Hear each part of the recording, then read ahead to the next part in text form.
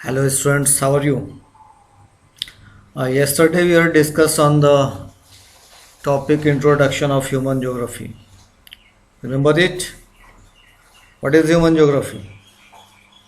Human geography is study the relationship between the physical, natural and the human worlds, the spatial distributions of human phenomena and how they come about, the social and economic differences between different parts of the world.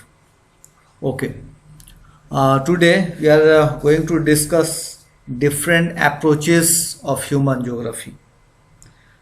There are three important approaches in human geography. First one is environmental determinism. It is related to the naturalization of human environment. In the early period, most of the people depends on the nature. They adapted to the dictates of the nature.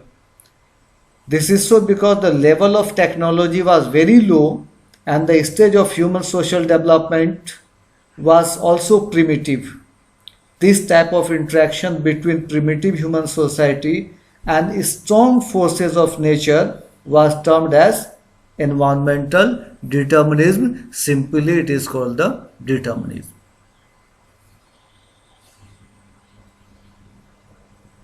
In other words, the human activities are directly controlled by the nature. Everything nature controlled. You can say humans were the slave of the nature. According to this concept, nature is active and humans are passive. Nowadays, in the remote areas, in very low level economic conditions,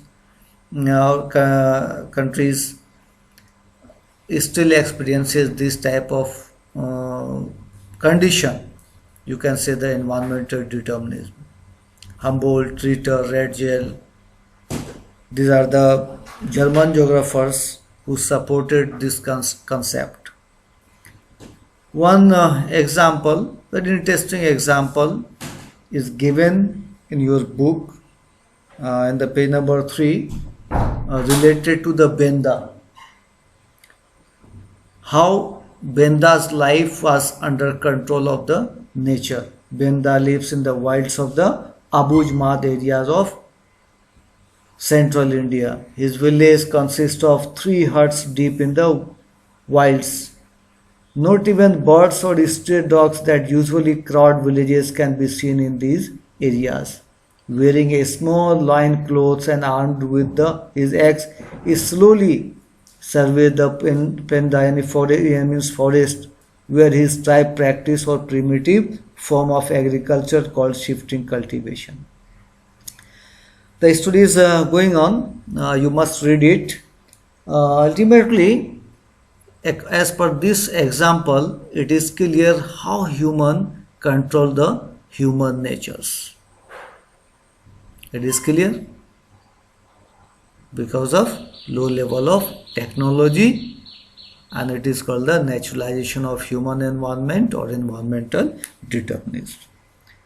Now we are coming to the second approach, that is the humanization of nature, possibilism.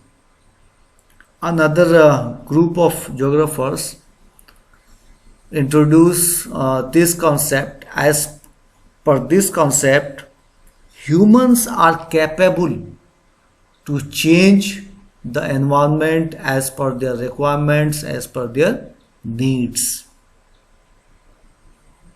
In other words, human modify the environment. Human can modify the environment as far as soon as technology indicates the level of cultural development of society. Human beings were able to develop technology after they developed better understanding of natural laws. For example, the understanding of concepts of friction and heat helped us discover fire. Similarly, understanding of the secrets of DNA and genetics enabled us to conquer many diseases. You can say nature provides possibilities and human being explore it.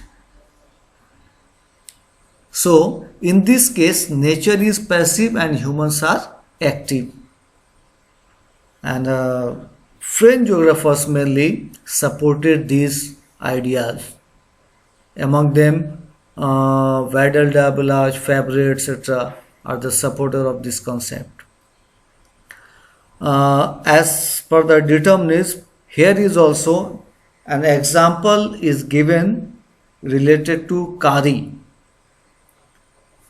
How in the difficult conditions, winter in the town of Tondim means fierce winds and heavy snow. The skies are dark.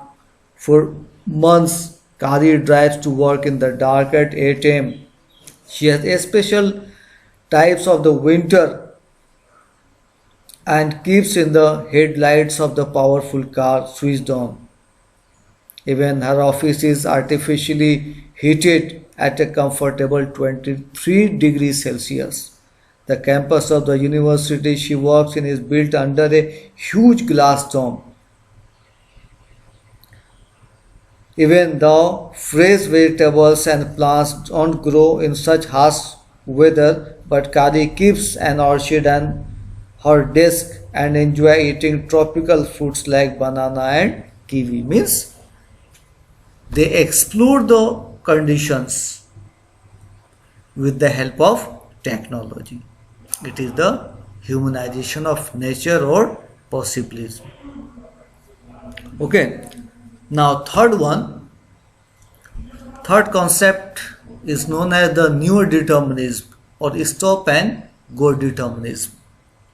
When the German geographers and French school of geographers started debate regarding who is powerful, either environment or the human beings, where German geographer supported the environment is more powerful, but the French geographers supported the idea of possibilism. In this contradiction, third approaches has been introduced by the Griffith Taylor, and it is also known as stop and go determinism. What is it? Basically, it was the middle path between the environmental determinism and possibilism, where nature and humans are complement to each other, not the competitive or the enemy. According to this concept, human can conquer nature by obeying it. It means we have to respect the resources. Take an example. Since many years, 10, 30, 40 years, we recklessly exploited the nature. What was the result? Global warming or different types of pollution. And now, during the lockdown, you can see the nature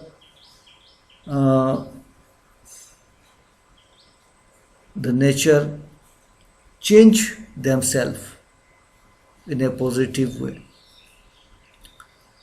So we have to respect the nature.